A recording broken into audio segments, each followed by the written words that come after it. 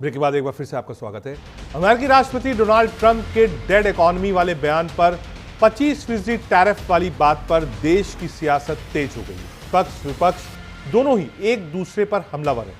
सुनिए कुछ राजनीतिक प्रतिक्रियाएं आपको सुनाते हैं जो ट्रंप के बयान के बाद आई।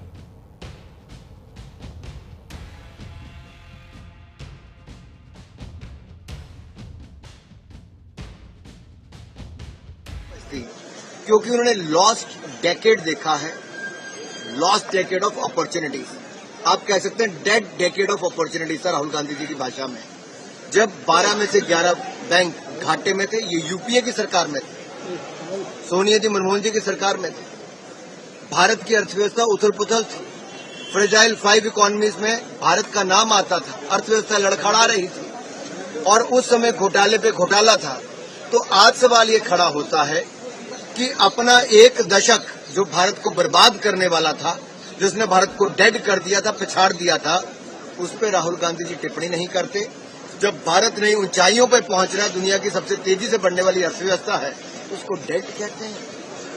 अरे भाई, भारत विरोध बंद करो और भारत के विकास की चर्चा करो। आपको ये मालूम नहीं है कि इंडियन इकोनॉमी डेड इकोनॉमी है? कोई कंफ्यूजन है आप में? पूरी दुनिया जानती है कि Indian economy is dead economy और बीजेपी ने इकोनॉमी को खत्म कर दिया है। क्यों खत्म किया है? अदानी जी की मदद करने के लिए खत्म किया है। तो आप लोग हैरान क्यों लग रहे हो? फॉरेन मिनिस्टर भाषण करते हैं, we have a genius foreign policy, ठीक है। एक तरफ अमेरिका आपको गाली दे रहा है, दूसरी तरफ चाइना आपके पीछे पड़ा हुआ है, तीसरी तरफ जब आप पूरी दुनिया में डेलीगेशन भेजते हैं तो पाकिस्तान को एक भी देश कंडेम नहीं करता है। कैसे चलाने देश को? ये लोग चलाना ही नहीं आता है। टोटल कंफ्यूजन है।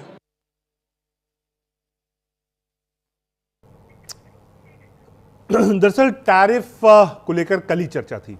विपक्ष बार बार कह रहा था कि क्यों ट्रंप बार बार सीज फायर की बात कह रहे हैं।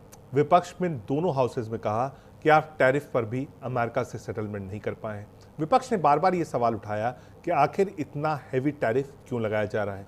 विदेश मंत्री को बातचीत करनी चाहिए, डिप्लोमेटिक चैनल्स ऑन होने चाहिए, और जिस तरीके की टैरिफ की बात कर रहे हैं ट्रंप, वो भारत के लिए और खास तौर से कृषि सेक्टर के लिए ठीक नहीं है। कुछ और राजनीतिक प्रतिक्रिया आपको सुनाते हैं। ये बिजनेस तो अपना अपना है। वो अमेरिका ने किसके ऊपर टैरिफ लगाएंगे, किसके ऊपर छोड़ देंगे, वो अपना मर्जी है। क्यों? वो आज वर्ल्ड में 1 नंबर पे है, इसलिए अगर कोई देश 1 नंबर बन जाए तो उनका दादागिरी में वो अच्छा ही नहीं होगा। तो इसलिए हिंदुस्तान आगे बढ़ रहा है मोदी जी के नेतृत्व में, और टैरिफ लगा के कोई नुकसान कर सकते करिए। वो हमारा इसके साथ कोई लेना देना नहीं। हमारा हिंदुस्तान बहुत ताकतवर है।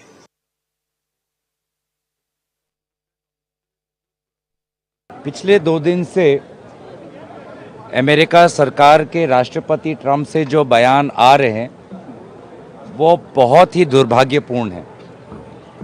मुझे लगता है कि प्रधानमंत्री मोदी जी को तुरंत ही अपने विदेश मंत्री जयशंकर जी को और नेशनल सिक्योरिटी एडवाइज़र डोवल जी को बदल देना चाहिए, क्योंकि दोनों की ही सलाह पर प्रधानमंत्री मोदी जी देश के विदेश नीति को बनाते हैं। और आज नतीजा आपने देख लिया। 25% का टैरिफ तो है ही दुर्भाग्यपूर्ण, लेकिन उससे भी ज़्यादा जो बातें राष्ट्रपति ट्रंप और पाकिस्तान सरकार के बीच में हो रही है, उन बातों का रुख बहुत ही चिंताजनक और दुर्भाग्यजनक है। पिछले 2 दिन से अमेरिका सरकार के राष्ट्रपति ट्रंप से जो बयान आ रहे हैं वो बहुत ही दुर्भाग्यपूर्ण है। मुझे लगता विपक्ष कल से ही बार बार कह रहा था कि टैरिफ को लेकर सरकार को बातचीत करनी चाहिए। जब टैरिफ का ऐलान हुआ तो आज केंद्रीय मंत्री पीयूष गोयल ने मोर्चा संभाला। टैरिफ पर पीयूष गोयल की बड़ी बातें आपको बताते हैं। टैरिफ पर पीयूष गोयल की बड़ी बातें में क्या था, यह आपको बता रहे हैं। भारत अमेरिका की 4 राउंड बातचीत हो चुकी है। देश के हितों की रक्षा के लिए कदम उठाए जाएंगे। साथ ही साथ अमेरिका की 4 राउंड बातचीत हुई है। देश के हितों की रक्षा के लिए कदम उठाएंगे। देश हित से नहीं होगा कोई समझौता। मौजूदा हालात पर हमारी नजर है। दुनिया के 5 टॉप अर्थव्यवस्था में भारत हफ्ते के अंत तक व्यापार समझौता संभव कर लेगा। आज पीयूष गोयल ने यह सब बोला। पीयूष गोयल ने साफ कहा कि हम किसी भी चीज पर देश हित से समझौता नहीं करेंगे। उसके बाद कैबिनेट के बड़े मंत्रियों की बैठक भी हुई। वहां से क्या निकला यह भी आपको बताएंगे, लेकिन उससे पहले आपको सुनाते हैं कि अखिलेश यादव और प्रियंका चतुर्वेदी ने टैरिफ को लेकर क्या कुछ कहा।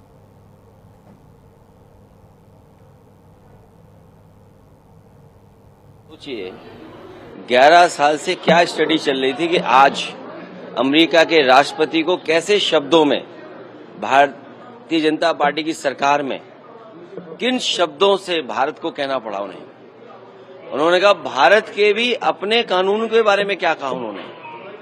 सोचिए आप कि जो सरकार लगातार पिछले 11 वर्षों से दोस्ती के बाद दोस्ती और कितनी दोस्ती बढ़ाई कि आज हमें क्या दिन देखने को पड़ रहे हैं। ये शुरुआत है बुरे दिनों की, क्योंकि इस देश के नौजवानों को नौकरी चाहिए, रोजगार चाहिए। अर्थव्यवस्था बेहतर होगी तो रोजगार, नौकरियां मिलेंगी। अगर इस तरह की पाबंदियां लगेंगी, इस तरह की रुकावटें होंगी तो हमारे देश की अर्थव्यवस्था का क्या होगा। Everybody has seen कि अमेरिका के राष्ट्रपति जी ने क्या कहा है। टैरिफ के बारे में बोला है और जंग के बारे में फिर से बोला है कि मेरे कहने से भारत और पाकिस्तान दोनों ने जंग रोकी। दोनों चीज़ों का जवाब सरकार को देना पड़ेगा। मोदी जी हर जगह जाते हैं, पूरी दुनिया में घूमते हैं, दोस्ती करते हैं लोगों के साथ और फिर हमें ये मिलता है। आगे बढ़ते हैं। आज की दूसरी सबसे बड़ी खबर, महाराष्ट्र के मालेगांव ब्लास्ट केस में इंतजार की घड़ी खत्म हो गई। 17 साल बाद आखिरकार कोर्ट का फैसला आ गया। एनआईए कोर्ट ने 2008 के मालेगांव बम ब्लास्ट केस में सभी 7 आरोपियों को बरी कर दिया। प्रज्ञा सिंह ठाकुर, लेफ्टिनेंट कर्नल पुरोहित, रिटायर्ड मेजर रमेश उपाध्याय, सुधाकर चतुर्वेदी, अजय राहिरकर, सुधाकर द्विवेदी और समीर कुलकर्णी सभी बरी हो गए। अब सवाल है कि कोर्ट में ऐसा क्या हुआ कि सभी आरोपी बरी हो गए। कोर्ट ने जो टिप्पणी की है और जो फैसला दिया है उससे समझना आपको जरूरी है। मालेगांव बम ब्लास्ट मामले में 17 साल के लंबे इंतजार के बाद आज यानी गुरुवार को फैसला आया। एनआईए यानी राष्ट्रीय जांच एजेंसी की विशेष अदालत ने सबूत के अभाव में सभी 7 आरोपियों को बरी कर दिया। कोर्ट ने अपने फैसले में साफ कर दिया कि ना तो बम मिला था और ना ही आरडीएक्स और ना ही कोई फिंगरप्रिंट्स।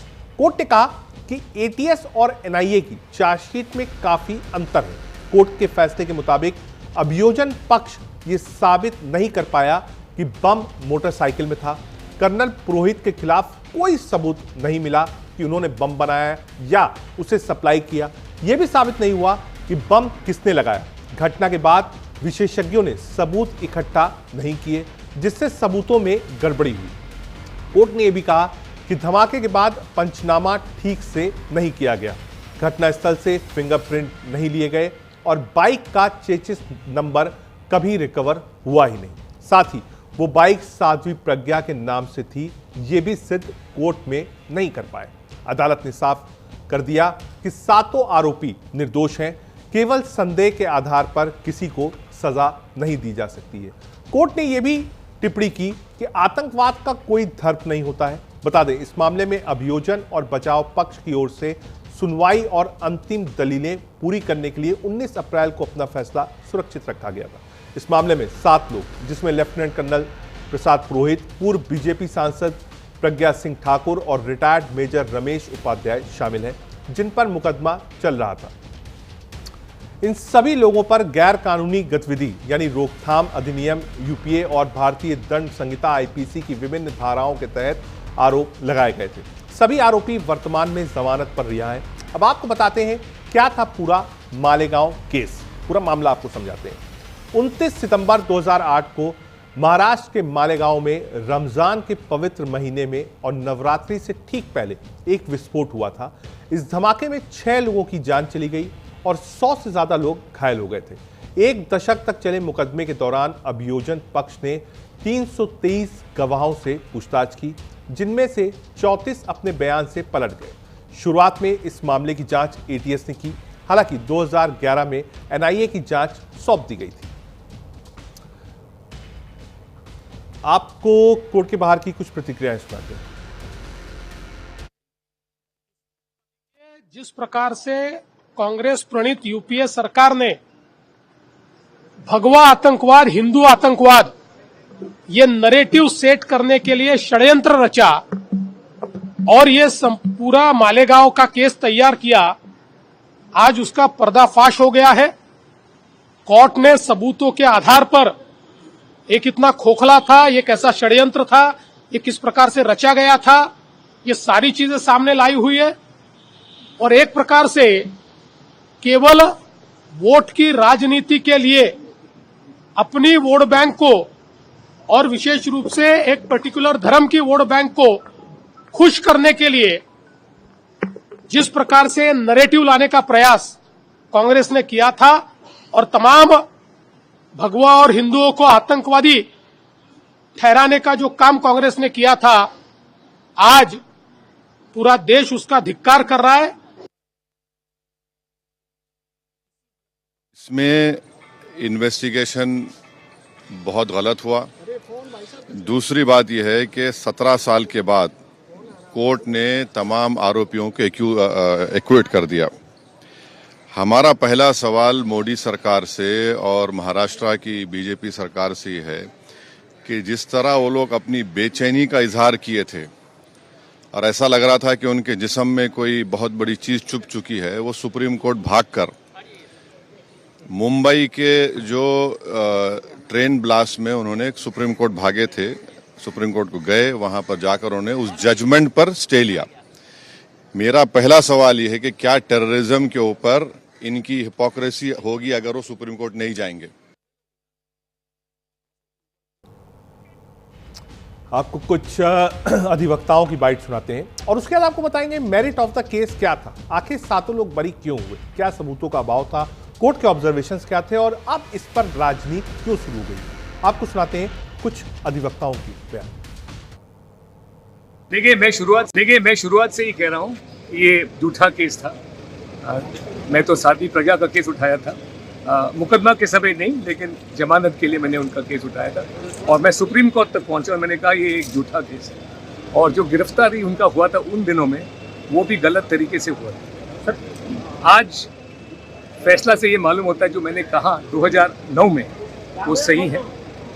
और मैं ये भी कहना चाहता हूँ कि एक राजनीतिक हस्ती जो हम सब जानते हैं, उनका ये थियोरी था कि Hindu terrorism is more dangerous than LET terrorism और इसमें मालेगांव केस में हिंदू मुजरिम को फंसाना, उस स्टेटमेंट को कोर्ट ने कहा कि ये जो इंसिडेंट है, ये इंसिडेंट बहुत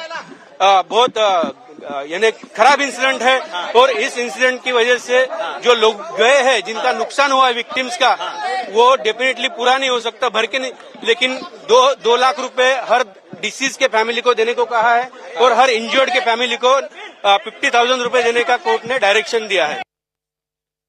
आज ऐतिहासिक दिन है।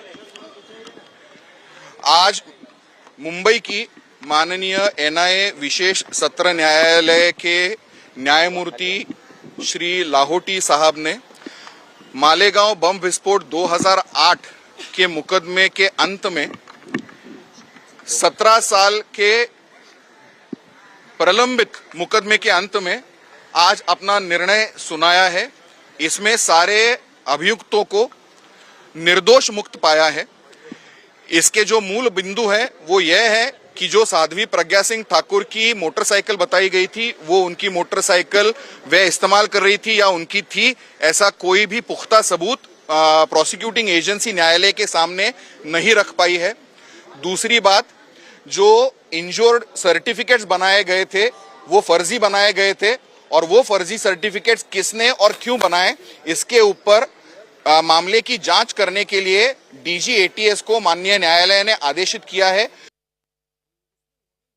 प्रथम प्रतिक्रिया है कि 17 साल के संघर्ष के बाद ये बात साबित हुआ कि भगवा आतंकवाद नाम की कोई चीज नहीं है, और भगवा आतंकवाद के नाम पर उस समय की कांग्रेस सरकार ने 2009 के लोकसभा चुनाव में जाने के पहले लोगों को झूठे केस में फंसाया था।